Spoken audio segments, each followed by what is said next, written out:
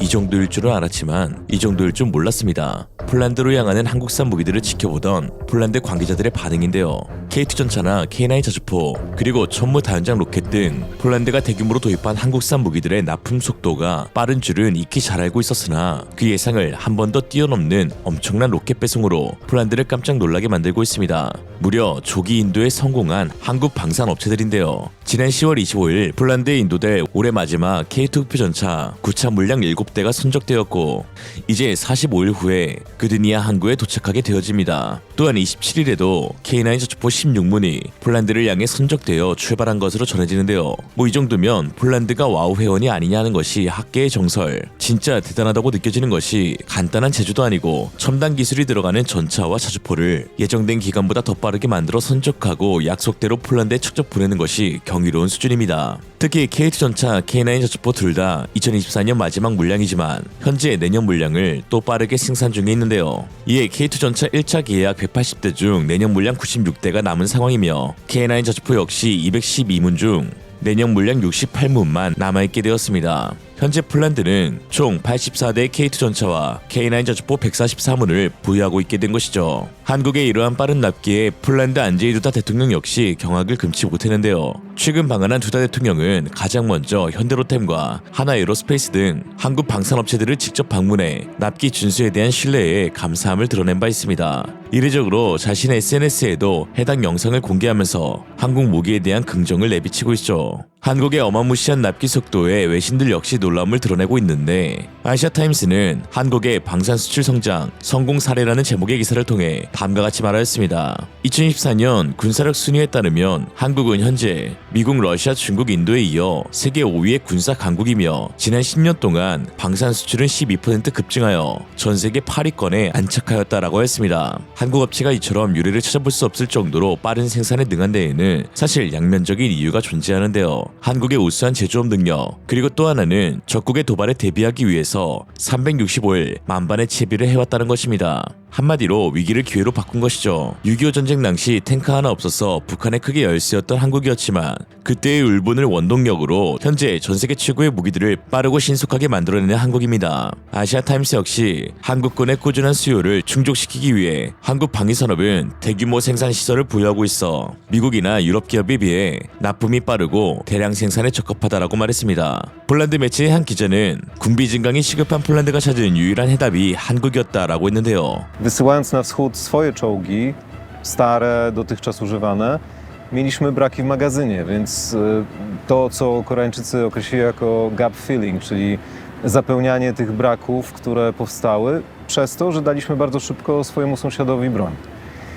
Korea była jedynym krajem, który był w stanie tak szybko uzupełnić te braki też i to przeważyło na korzyść Korei jako dostawcy dużej porcji uzbrojenia. 실제로 올해 한국 방산업체들은 역대 최다 공장 가동률을 기록하면서 타의 추종을 불허하는 생산 속도를 보이고 있습니다. 최근 국내 방산 4사인 하나에어로스페이스, 현대로템, 카이, LIG 넥스원 중 올해 공장 가동률은 하나에어로스페이스 88.5%, LIG 넥스원 75%, 카이 73.3%, 그리고 현대로템이 122.2%를 기록하면서 추가 생산에 돌입했습니다. 지난해 연간 가동률도 102.9%로 4개사 가운데 유일하게 100%를 넘긴 바 있죠. 이런 가동률이다 보니 단 22개월 만에 68대의 전차를 만들어 보내준 것인데요. 이렇게 할 수 있는 나라가 전 세계에 또 있을까 싶을 정도로 정말 엄청난 속도입니다. 한국발 로켓 배송을 맛본 16기기가 사단은 매일 축제 분위기인데요. 폴란드 16기기가 사단의 SNS에는 한국에서 도입한 장비들을 일일이 소개하기도 바쁜 상황입니다. 16. Dywizja Zmechanizowana intensywnie modernizuje się. Ten proces trwa już od kilku lat. W ostatnim czasie, w grudniu ubiegłego roku otrzymaliśmy pierwsze egzemplarze czołgów K2, które trafiły w pierwszej kolejności do 20. Brygady Zmechanizowanej, konkretnie do Moronga. Żołnierze mieli okazję już przetestować ten sprzęt wojskowy na poligonach. Odbyły się pierwsze strzelania i bardzo dobrze ten sprzęt oceniają. Kolejny sprzęt, który otrzymaliśmy, to są armatohaubice K9, które w pierwszej kolejności trafiły. Praktycznie one są podobne do Krabów, także żołnierze bez problemu przesiedli się na ten nowy sprzęt. Chodzi o proces modernizacji technicznej. Otrzymaliśmy również MRAP-y, które są sprawdzone w boju. Przede wszystkim w Afganistanie trafiły one do pododdziałów ochrony, Jeżeli chodzi o przyszłość, to w dniu wczorajszym byliśmy świadkami pierwszych egzemplarzy Kajmarsów, które trafiły do naszego kraju i w pierwszej kolejności trafią właśnie one do pierwszej brygady. Do implementacji tego sprzętu przygotowaliśmy się już od dłuższego czasu. 그동안 16기가 사단은 독일 레오파르트 전차를 사용해 왔었는데요. 독일 업체에게서 느껴보지 못한 빠른 납기에 정신을 못 차리고 있죠.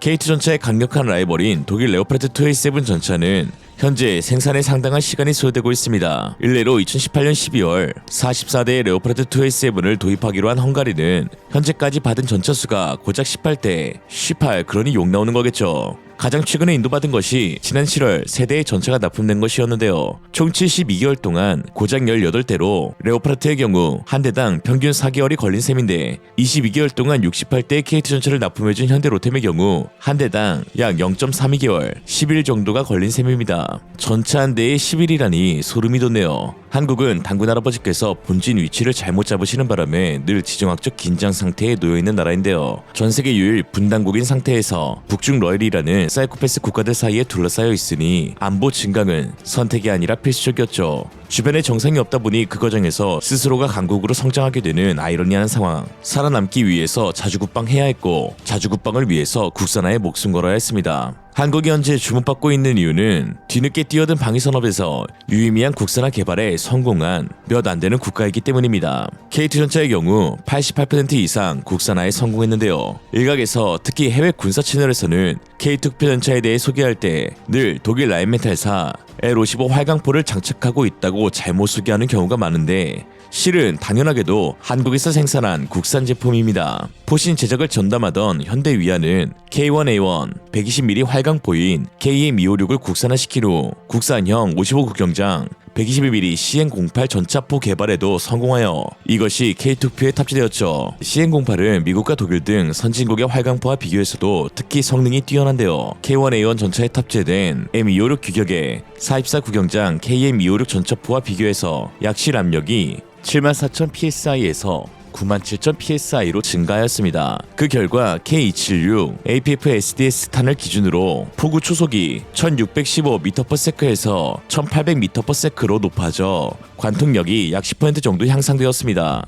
또한 CN08 활강포의 최대 약실 압력은 690MPa로 독일 라인메탈사의 L55 활강포의 670MPa보다 약간 높으며 중량도 더 가볍습니다. 전체적으로 국산형 55 국경장 120mm 전차포는 독일 라인메탈사가 개발한 L55 전차포와 비교해 성능 면에서 전혀 뒤떨어지지 않으며 일부 영역에서는 우수한 것을 평가받고 있고 실제 터키도 국산형 전차포가 독일산과 동등 이상이라 평가했으며 그 생산 기술을 이전받아 알타이 전차용 MK120 전차포를 생산하고 있죠. 그리고 이제 전차의 심장 파워팩 역시 한국에서 만든 엔진과 변속기를 탑재하면서 세계를 다시 한번 깜짝 놀라게 하고 있습니다. 엔진의 경우 일찍이 개발에 성공하여 탑재되고 있었지만 그동안 변속기 개발에 어려움을 겪으며 독일 랭크사의 변속기를 탑재해 왔었는데요. 그러나 올해 S&T 다이내믹스가 개발한 국산 변속기가 성공적으로 테스트를 통과하면서 K2 전차에 탑재하게 되었습니다. 이미 S&T 다이내믹스의 변속기는 K9 저주포와 크렛 저주포,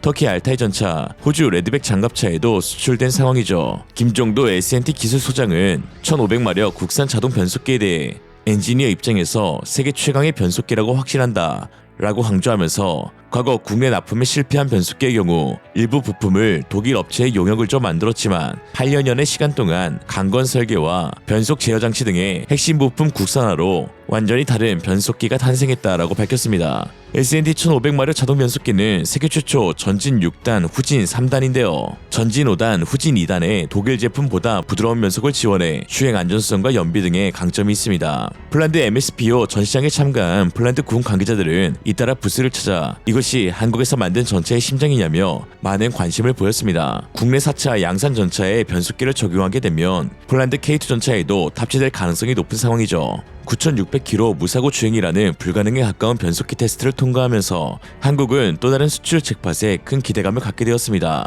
독일 눈치 안 보고 마음껏 수출할 수 있게 되었죠. 수출 강국 대한민국 파이팅! 오늘의 한 줄평. 폴란드는 이제 독고 노총과 리얼리즘 수입해가라. 이상으로 리얼리즘이었습니다. 여러분의 생각은 어떠신가요? 현명하고 지혜로운 여러분의 의견을 지금 댓글에 남겨주세요. 감사합니다.